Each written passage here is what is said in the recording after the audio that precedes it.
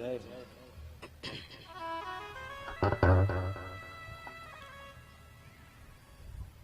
माननीय आगंतुक आए हुए अतिथि महानुभाव मंत्री जी श्री मिथिलेश ठाकुर जी, आपको बहुत बहुत धन्यवाद आपके सुंदर भाव और विचारों के लिए।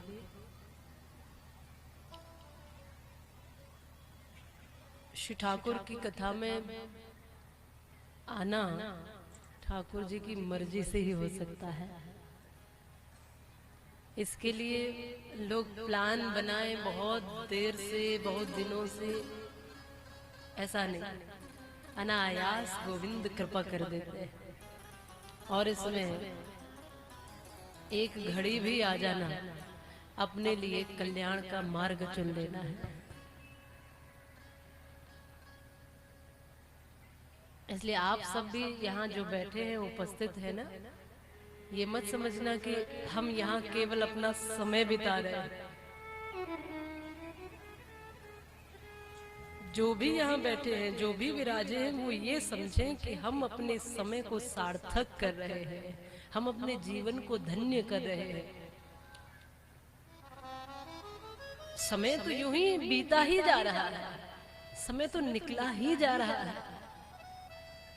समय तो कई कई जगह पर बैठ करके, यहाँ वहाँ बैठ करके बेकार की बातों में हम निकाल ही देते हैं। लेकिन यहाँ जो समय दिया जा रहा है वो कुछ श्रेष्ठ सुनने के लिए, वो कुछ श्रेष्ठ बनने के लिए है, उस समय की सार्थकता के लिए है।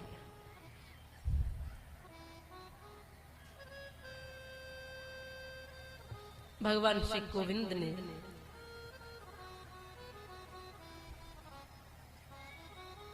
पूरे ब्रजमंडल में सुख और शांति का वातावरण बना दिया है। भय आक्रांताओं से मुक्त कराया और तमाम दुष्टों का दमन इत्यादि करा। तब कंस को और ज्यादा समस्या हुई।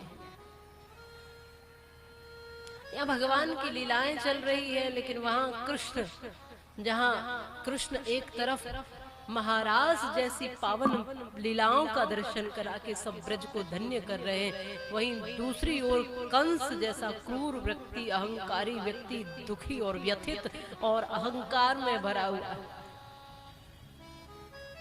क्या किया जाए, इतने राक्षसों को भेज दिया, इतने दुष्टों का दमन श्री कृष्ण कर चुके हैं। इसने नए नए अलग अलग भांति भांति के राक्षस भेजे, पूतना से लेकर तमाम अगासुर, बकासुर, रक्तासुर, तृणाव्रत, सबको भगवान ने समाप्त किया है। अनेक अनेक रूपों में, स्वरूपों में जाकर राक्षसों ने भगवान पर प्रहार करने का प्रयास किया, लेकिन भगवान ने सहज सबका संहार कर दिया है। महाराज जैसी पावन लीलाओं का दर्शन भगवान ने ब्रज में कराया है। और महाराज की पावन लीलाओं में इस लीला को विस्तार से न कह के इतना समझ लो कि एक भक्त का भगवान से मिलन ही महाराज, साधक का साध्य को पा लेना ही महाराज, मन की अहम वृत्ति का समाप्त हो जाना ही महाराज, अहंकार का दूर हो जाना और अपने ईश्वर में मिल जाना, अपने जो लक्ष्य है, जो उद्देश्य है, जो परमात्मा तत्व को प्राप्त करने की जो विधा है, उस विधा की ओर अग्रसर हो जाना और आगे बढ़ते हुए अपने परमात्मा का दर्शन कर लेना, यही महाराज है। सब गोपियों ने महाराज में आकर के भाग लिया, हिस्सा लिया, सम्मिलित हुई। गोपों को निमंत्रण नहीं था, सब गोपियां गई थी। क्यों? क्योंकि गोपों के मन में थोड़ा अहम है, अहंकार है, कुछ हूं मैं। इसलिए कहते हैं माताओं के लिए भक्ति बड़ी सहज है, क्योंकि माताओं में भगवान ने गुण कुछ अलग दिए हैं। वात्सल्य, करुणा, ममता इनमें दी ही दी है। ये जितनी सहज, सरल, करुणा में, ममता में जो रहती है, ये एक विशेष गुण देकर भगवान ने इस धरती पर भेजा। अब उन गुणों को और आगे बढ़ाना ये आपका कर्तव्य है। गोप और गोपी यहाँ स्त्री और पुरुष से संबंधित नहीं है। गोप और गोपी केवल भाव से संबंधित हैं कि जिसके मन से अहम निकल गया वही गोपी भाव। वही भगवान के यहाँ आ सकता है। जिसमें अहम है, जब मैं था तब हरि नहीं, अब हरि है मैं ना। जब मैं हूँ, अहम है, अहंकार है, अकड़ है कि मैं कुछ हूँ, मैं ये हूँ, मैं वो हूँ, तब भगवान की सानिध्य कहाँ है। लेकिन जब ये अकड़ चली जाती है तो सामने कृष्ण ही बच जाते हैं। ऐसा महाराज का उत्सव।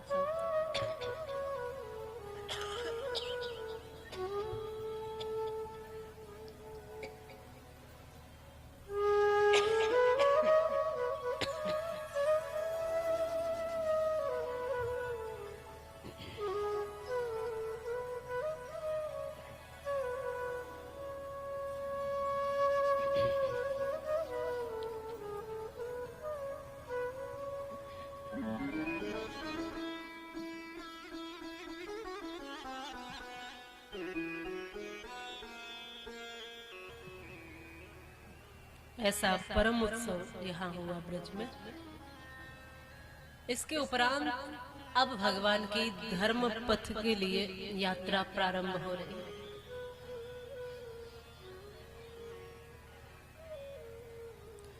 छोटी सी उम्र में, मात्र 8 से 10 वर्ष की उम्र तक भगवान ने बाल लीलाओं में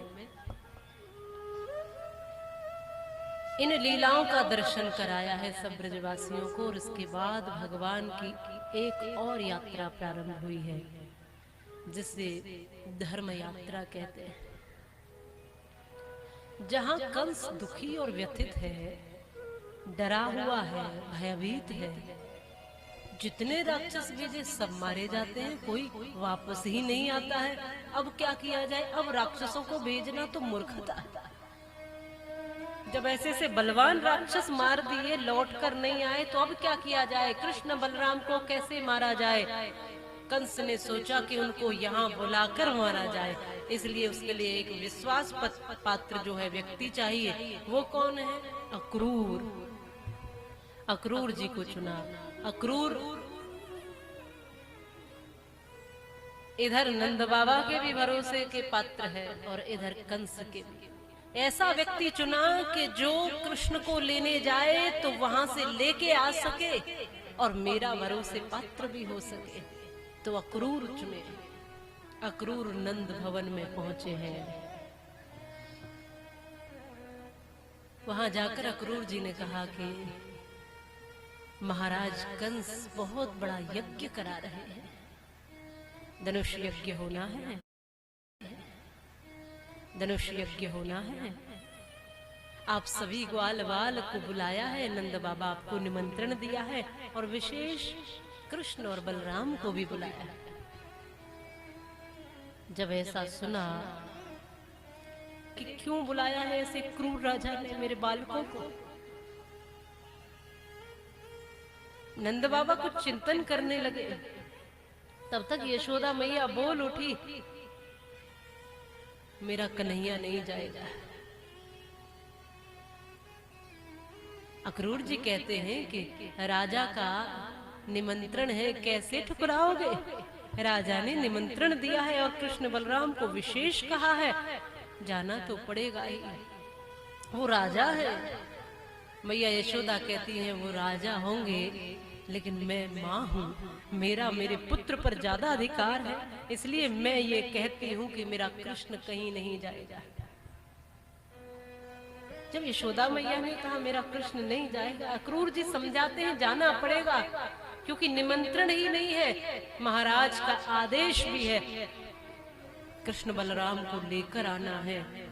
मैया ने कहा कि मैं किसी इस तरह के आदेश को नहीं मानती जो एक माँ को बेटे से दूर कर दे। मेरा लाल कहीं नहीं जाएगा, मेरा कन्हैया कहीं नहीं जाएगा, मेरा कृष्ण नहीं जाएगा।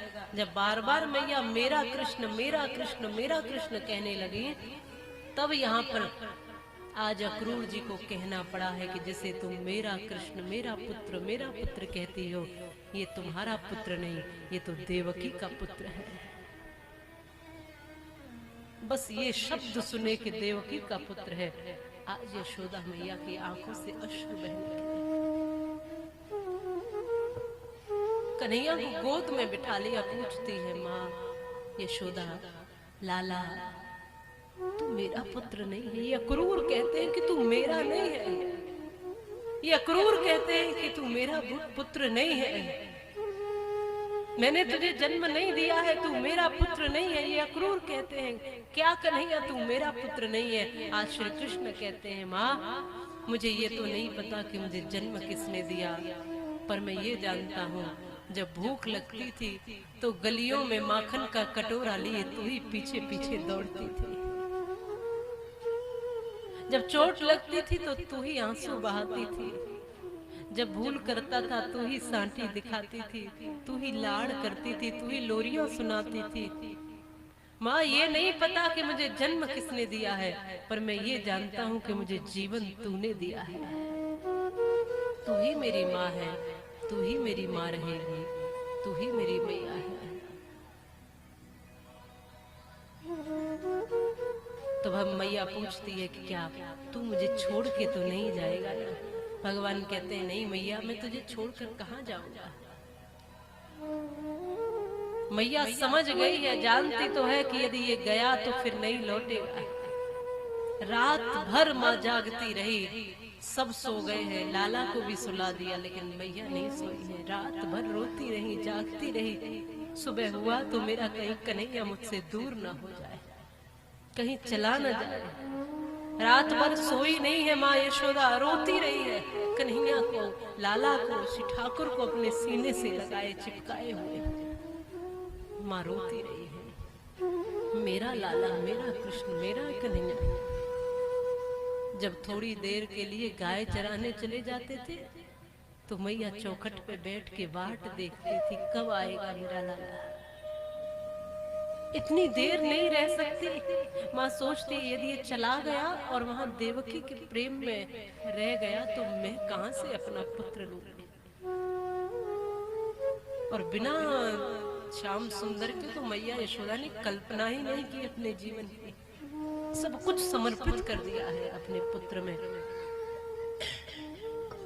और ये केवल मैया यशोदा की बात नहीं है, प्रत्येक माँ का यही हिसाब है।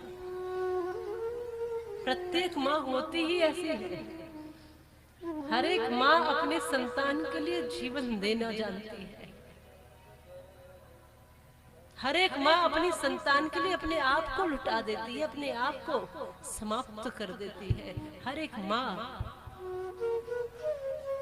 जब प्रसव पीड़ा हो रही है, डॉक्टर के पास सब जन ले गए हैं। डॉक्टर उस स्थिति में ये कहता है कि ऐसी स्थिति आ गई है घर वालों से कि या तो माँ बचेगी या तो बच्चा बचेगा, किसे बचा लिया जाए। उस समय सारे घर वाले कहते हैं कि माँ को बचा लो, बेटा तो और भी आ जाए, संतानें और भी आ जाएंगी। लेकिन माँ चीख कर कहती है, मेरे शरीर के टुकड़े टुकड़े हो जाए पर मेरे बच्चे पर आंच नहीं आनी चाहिए। ऐसी होती है माँ। संतानें छोड़ भी दे माता पिता को, लेकिन माता पिता कभी नहीं छोड़ते संतानों को। आज ये दुर्भाग्य है कि इस भारत देश में भी वृद्धाश्रम है। आज ये दुर्भाग्य है कि बूढ़े माँ बाप आज अपनी संतानों के रहते हुए दुखी हैं। आज ये दुर्भाग्य है इस देश का। इस देश में वृद्धाश्रमों की क्या जरूरत है। माँ बाप बूढ़े हो गए हैं,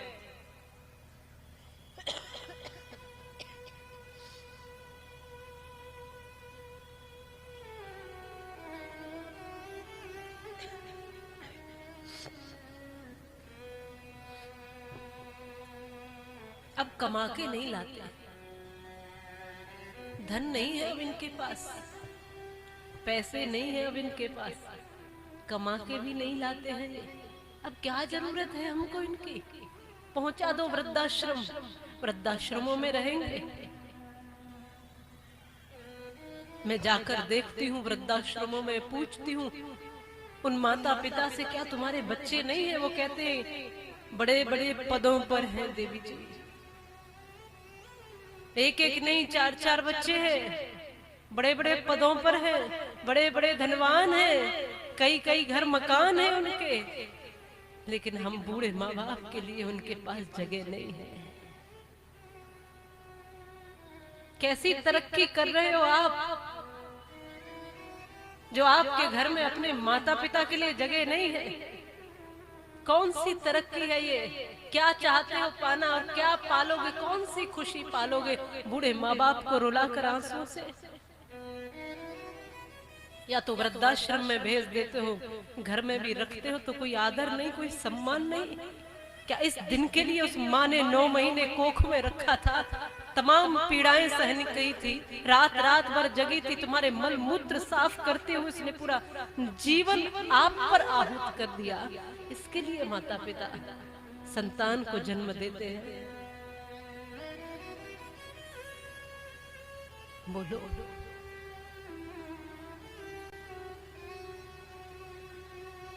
सोचो क्या जरूरत है वृद्धाश्रम की। लेकिन हम ऐसे ही होते चले जा रहे हैं। धुंधकारी की कथा अपने पहले दिन महात्मा में सुनी थी।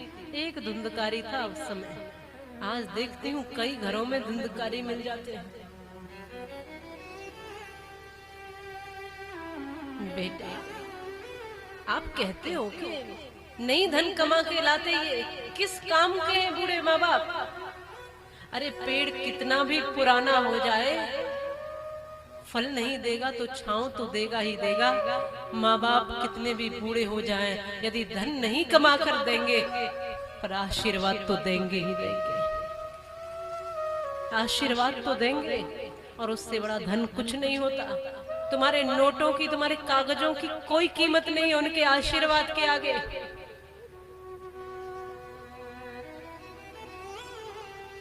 जब तक है सेवा कर लिया करो। माँ की दुआ खाली नहीं जाती और माँ की बद्दुआ टाली नहीं जाती। मेहनत मजदूरी करके भी माँ 4-4 संतानों को पाल लेती है, पर 4-4 संतानों से एक माँ पाली नहीं जाती।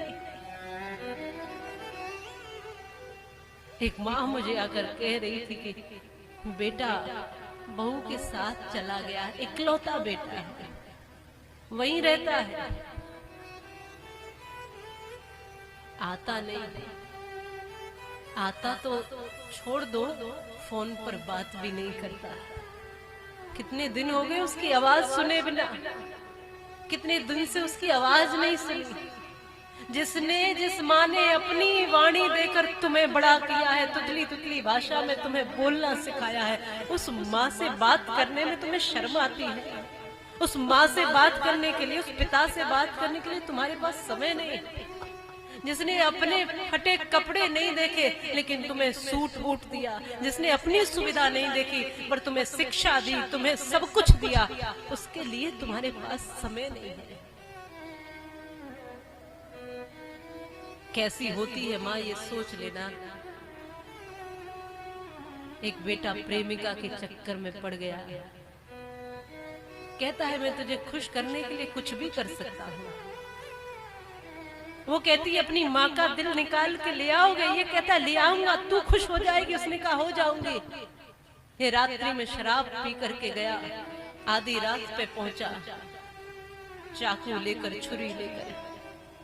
माँ रोटी की थाली लेकर बैठी है, बेटा आएगा, भोजन करेगा, भूखा होगा, इकलौता बेटा, इसी का सहारा है। माँ के आगे पीछे कोई नहीं है। वो बूढ़ी माँ धुंधली धुंधली आंखों से राह देख रही है अपने बेटे की। आया तो चीख कर पड़ा, क्यों नहीं सोती है? माँ ने कहा तू भूखा है ना पुत्र, इसलिए नहीं सोई हो, तू भूखा था। फटकार लगा देता है, माँ रोती हुई चली जाती है, पर कहती है बेटा भोजन कर लेना, भूखा मत सोना। माँ रोती रहती है, रोते रोते न जाने कब उसको नींद आती है। जब नींद आ गई तो ये उठा और बड़ा सा वो चाकू छुरी निकाल कर इसने उस माँ के सीने पर वार करना शुरू कर दिया। जिस सीने से लगकर इसने स्तनपान किया है, वो अमृत पान किया है, आज उसी माँ के सीने को इसने छलनी छलनी कर दिया। उसी माँ के सीने को इसने गोद डाला, खून की धारा बहने के लिए। सीना चीर दिया और वही मांस का लोथड़ा जिसे दिल कहते हैं उसी को निकाल करके और प्रेमिका को मनाने के लिए खुश होकर जा रहा है। माँ को मार करके प्रेमिका को मनाना चाहता है, प्रेमिका को खुश करने के लिए दिल लेकर दौड़ा जा रहा है। खुश है, अब कुछ दिख नहीं रहा, नीचे देखता तक नहीं, दौड़ रहा है तो पत्थर आया, इसको ठोकर लगी, ये गिरा। जब ये गिरा तो माँ का दिल भी इसके हाथ से छूट कर गिर गया। पर उस मरी हुई माँ के दिल से भी ये आवाज आई, मेरे लाल तुझे चोट तो नहीं आई। वो माँ तब भी उस दिल में भी यही धड़कन है, मेरे बेटे को लगी तो नहीं, जिसने माँ को समाप्त कर दिया, मार दिया, सीना चीर दिया, वो माँ अब भी यही रखती है भाव, मेरे बेटे को चोट तो नहीं है। उसकी एक चोट पर माँ दुखी हो जाती है। ये होती है माँ। और ऐसे माता पिता के लिए, ऐसे माँ के लिए आपके घर में जगह नहीं है। आपके घर में नौकर रहते हैं, आपके घरों में किराएदार रहते हैं, आपके घरों में तमाम घर आपने महल खड़े कर लिए, लेकिन माँ बाप नहीं रहते तो आपके घर नहीं खंडर है, समझ लेना। कई बार लोग मुझसे पूछते हैं कि कौन है अमीर, अमीर घर किसका है, कौन सा घर अमीरों का है। बड़ी बड़ी कोठियां बनी हुई दिखे तो मत समझना कि ये घर अमीरों का है। यदि जिस घर में बूढ़े माँ बाप प्रसन्न दिखाई दे जाए, समझ लेना ये घर अमीरों का है। जिस घर में माता पिता मुस्कुराते हुए मिल जाए ना, समझ लेना ये घर अमीरों का है, चाहे फिर उसकी कुटिया ही क्यों ना हो, समझना यहाँ अमीर लोग रहते हैं। और जिन कोठियों में भी अगर बूढ़े माँ बाप दुखी हो, समझना इनसे ज्यादा गरीब इस दुनिया में कोई नहीं। क्यों भूल जाते हैं कि एक दिन हमारे सामने भी यही दिन आने वाला है? क्यों भूल जाते हैं कि हमेशा हम ऐसे नहीं रहेंगे? तुम जो आज कर रहे हो कल तुम्हारी संतानें देखेंगी और देख करके वही तुम्हारे साथ भी होने वाला है जो तुम अपने माता पिता के साथ करते हो। एक बहू अपने सास को खीपरे में रोटी रख के देती थी। खीपरा समझते हो माता? जो घड़ा टूट जाता है, मिट्टी का घड़ा टूट जाए, उसका कोई खीपरा बचे, उसका कोई टुकड़ा बच जाता है, बस उस टुकड़े में सूखी रूखी रोटी रख करके बूढ़ी सासू माँ को दे देती। बेचारी के दांत नहीं, खा नहीं पाती थी, कोई किसी से कहे तो कोई सुनता नहीं था। कुछ ही दिन जी पाई, शरीर छोड़कर चली गई, भूखी तड़प तड़प कर मर गई। इस बात को याद रखना, अगर आपके बूढ़े माँ बाप दुखी है, जिंदे पर आपने उनकी सेवा नहीं की, तड़प तड़प करके वो इस धरती से जा रहे और बाद में तुम उन्हीं के नाम से भंडारे करवा रहे हो, कोई फायदा नहीं है ऐसे भंडारों का। बाद में उन्हीं के नाम से मालपुए कराए जा रहे हो, कोई फायदा नहीं। वो जीते जी है, अगर पुए खिलाने हैं ना तो जीते जी अपने माता पिता को खिलाओ, अगर कुछ मिष्ठान खिलाने हैं तो उनको खिलाओ। उनके जाने के बाद वो तो रोटी के लिए तरस तरस के गए और बाद में तुम दुनिया को, जहान को मालपुए खिलाते रहो, वो भी सुखी नहीं होंगे, कहते होंगे कितना भी पुण्य कर लेना, हम तो तड़प तड़प कर गए हैं, क्या मिलेगा तुझे। वो बहू खीपरे में रोटी रख कर देती थी, बूढ़ी सासू माँ कुछ ही दिन में चली गई। अंतिम संस्कार इत्यादि हुआ, फिर बहू आई और उठाकर उन खीपरों को फेंकने जाने लगी। माताओं, आप सभी के लिए विशेष ये कथा है। उन खीपरों को उठाकर फेंकने जाने लगी तो 10 वर्ष का बेटा इनका आकर कहता है, माँ क्या करती हो? कहा, बेटा तेरी दादी तो रही नहीं है, अब इन खीपरों का कोई काम नहीं है, इसलिए इन्हें फेंकने जा रही हूँ। इस बालक ने कहा, माँ फेंको मत इन्हें, मुझे दे दो, मैं संभाल के रखूंगा और जब तुम बूढ़ी हो जाओगी तो इन्हीं खीपरों में भोजन दिया करूंगा। ये बात ध्यान रखना, जो दोगे वो मिलने वाला है। अब कैसा चाहते हो आप अपना बुढ़ापा और अपने बच्चों से क्या उम्मीद रखते हो? तुम भी किसी के बच्चे हो, इसलिए तुम भी वही करो जो तुम अपने बच्चों से उम्मीद रखते हो। मैं कई बार कहती हूँ, कोई दर्द दिया करता है, कोई भुला दिया करता है। माता पिता का दिल एक ऐसा है, वरना मुफ्त में कौन दुआ दिया करता है। अगर किस्मत तुम्हारी अच्छी है तो लक्ष्मी तुम्हारी दासी है। कर लो माता पिता की सेवा, तुम्हारे घर में ही मथुरा काशी है। तुम्हारे घर में ही मथुरा काशी, तुम्हारे घर में सारे धाम है। तुम्हारे बड़े बुजुर्ग बैठे हैं तो तुम्हारे लिए यही तीर्थ है, यही धाम है। आज से प्रारंभ करिए। सर्वप्रथम उठते हुए, उठने के बाद भगवान इत्यादि को, देवों को नमन करते हुए, धरती माँ को नमन करते हुए अपने बड़ों को नमन करना, ये रोज की प्रक्रिया में शामिल कर लो। घर के बड़ों को नमन करना, बाहर भी कोई बड़ा बुजुर्ग मिल जाए तो राम राम तो कर लो, नमन कर लो, प्रणाम कर लो। क्या जाता है, क्यों इतना अकड़े हो? विशेषकर मेरा युवाओं से निवेदन है, जहां से निकलते हो अगर कोई बड़ा बुजुर्ग मिलता है तो उसको प्रणाम करना, ये हमारी संस्कृति का हिस्सा है। पर अपने घर में अपने माता पिता को प्रणाम नहीं करते तो बाहर क्या करोगे? आज से प्रक्रिया शुरू करो कि बुजुर्गों का सम्मान करना, बड़ों को सम्मान देना, चरण स्पर्श करना माता पिता के।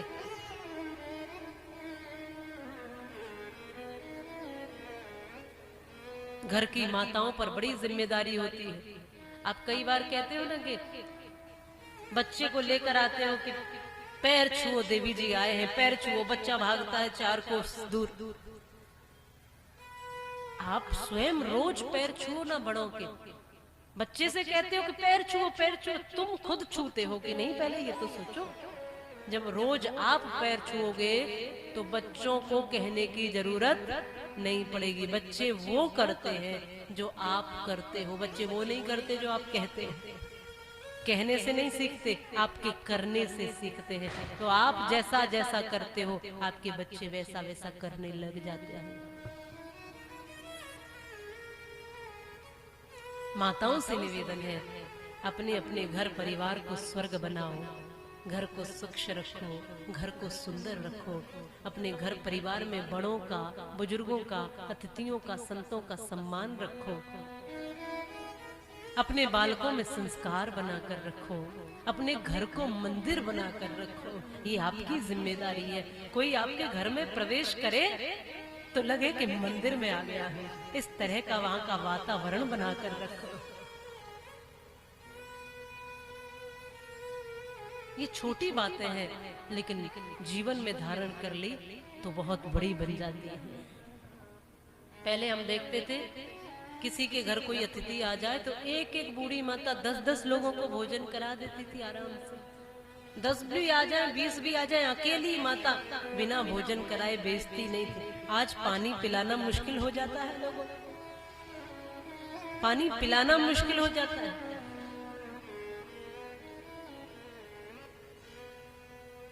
कहाँ गई आपकी परंपराएं और संस्कृति? यहाँ तो चलो हम हमारे भाई दिलीप की यहाँ रुके हैं, कोई समस्या नहीं, ठीक है। लेकिन कहीं कहीं तो हमको भी होटलों में पहुंचा देते हैं लोग। तुम्हारे परिवारों में इतनी जगह नहीं है किसी एक बहन को रख सके, किसी संत के लिए जगह नहीं तुम्हारे परिवारों में। क्या कथा सुनी अब तक आपने, बताओ? कोई एक साधु आ जाए, कोई एक अतिथि आ जाए, कोई एक संत आ जाए, कोई एक विद्वान आ जाए, कोई एक आ जाए तो उसको तुम खिला नहीं सकते।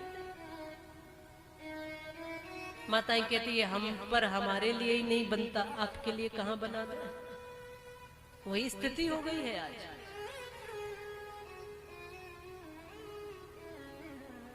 हम सब अपनी अपनी बुनियादों को भूलते जा रहे हैं। आओ अपने घर से स्वर्ग की तैयारी करते हैं, अपने घर को स्वर्ग बनाए, घर को मंदिर बनाए, बालकों को ध्रुव, प्रहलाद और राम कृष्ण स्वरूप बनाए। आओ अपने परिवारों को सुंदर बनाए, आओ अपने जीवन को सुंदर बनाए, अपने बड़ों का सम्मान करें, माता पिता का सम्मान करें। एक भी आंसू आपकी वजह से आपके माता पिता की आंख में नहीं आना चाहिए, ये प्रण लेकर जाए। आप पुत्र हो, पुत्री हो, आप जो संतान हो, आपका कर्तव्य है कितने लोगों की माता है, वो हाथ खड़ा करो जो जिनकी माता, जिनकी माँ है। और कुछ लोगों ने हाथ नहीं खड़ा किए तो वो सोचते हैं कि माँ नहीं है। सच कहूं तो माँ कभी इस दुनिया से जाती नहीं है जब तक आप हो। आपके रूप में आपकी माँ ही तो है। आपके पास आपका अपना क्या है? जो कुछ भी ये दिख रहा है वो सब माँ का दिया हुआ है। तो यदि आप ये मानते हो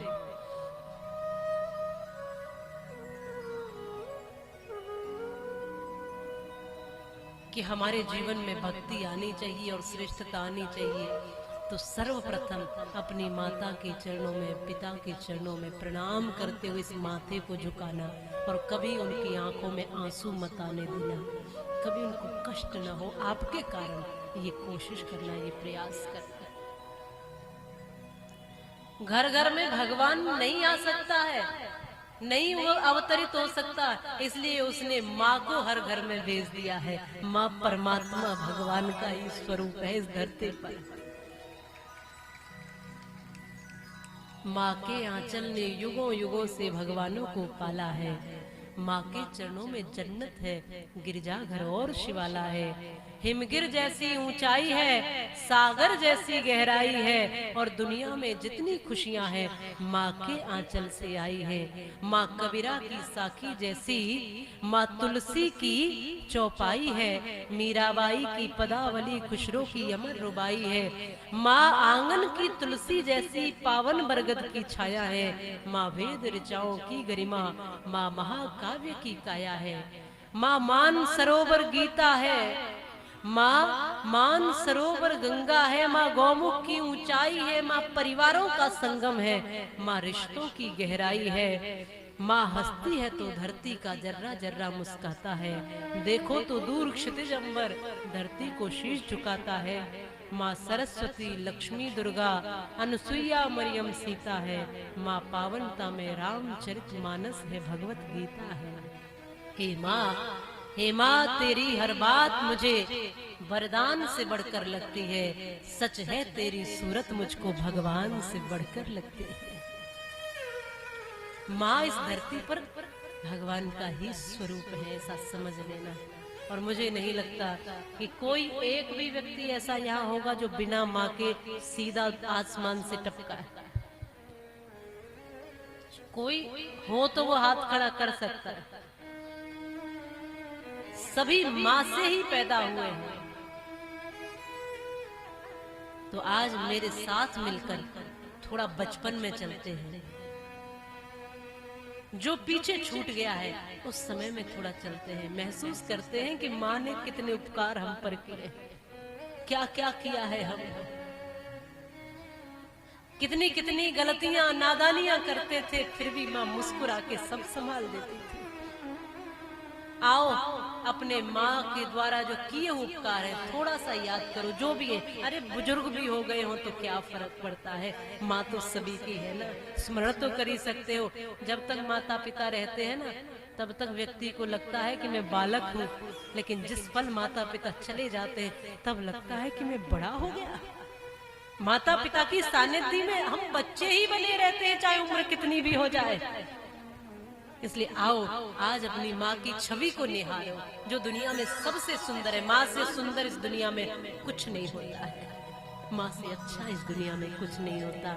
तो एक स्तुति के रूप में जैसे भगवान की स्तुति करते हो ना, वैसे मेरे साथ सब मिल करके कहेंगे अपनी अपनी माता के लिए। और ये मैं पूज्य माता जी को प्रणाम करते हुए आप दुनिया की सभी माताओं को प्रणाम करती हूँ, और प्रणाम करते हुए आप सब के लिए ये भाव रखती हूँ। तू कितनी भोली है,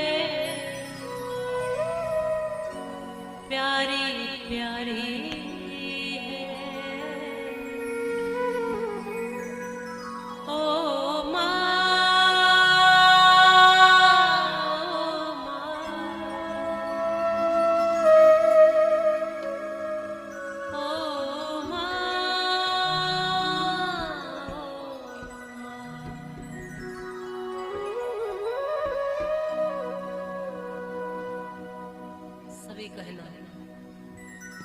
तू कितनी अच्छी है, तू कितनी भोली है, प्यारी प्यारी है। ओ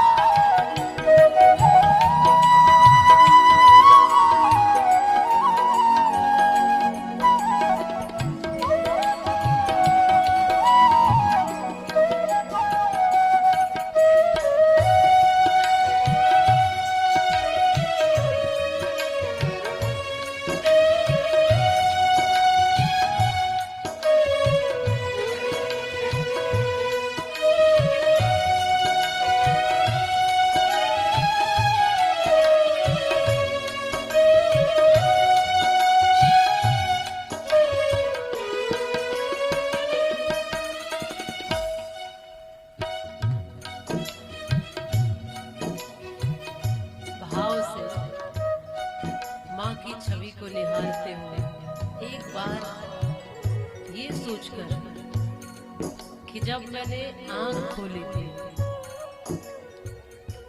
मुट्ठी मेरी बंधी हुई थी, और जब मैं इस दुनिया में आया था मैं रोने लगा था।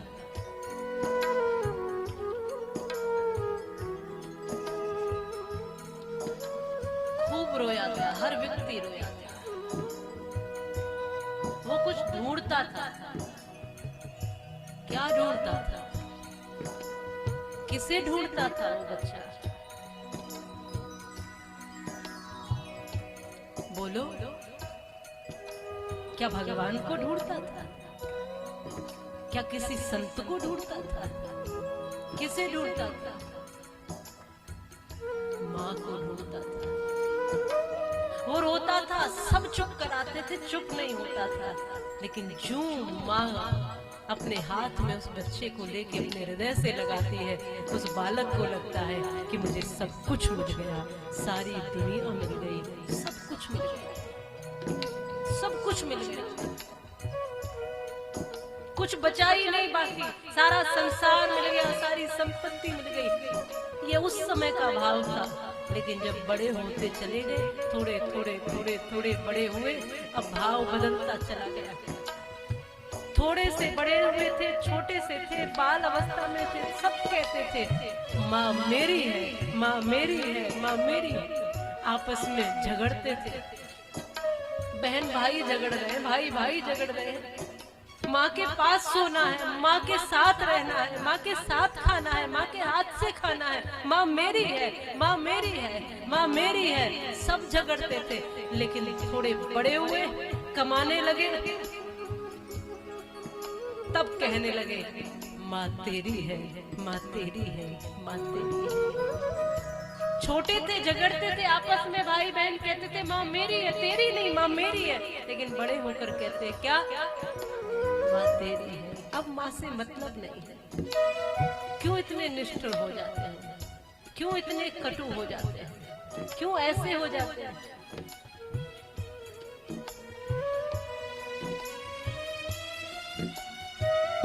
माँ बच्चों की जान होती है, माँ बच्चों की जान होती है, माँ बच्चों की जान होती है, माँ बच्चों की जान होती है। वो होते हैं किस्मत वाले जिनके माँ होती है, वो होते हैं किस्मत वाले जिनकी माँ होती है। तू कितनी सुंदर है माँ, कितनी शीतल है, न्यारी न्यारी ओ माँ, ओ माँ, ओ माँ, ओ माँ। तू कितनी अच्छी है, तू कितनी भोली है।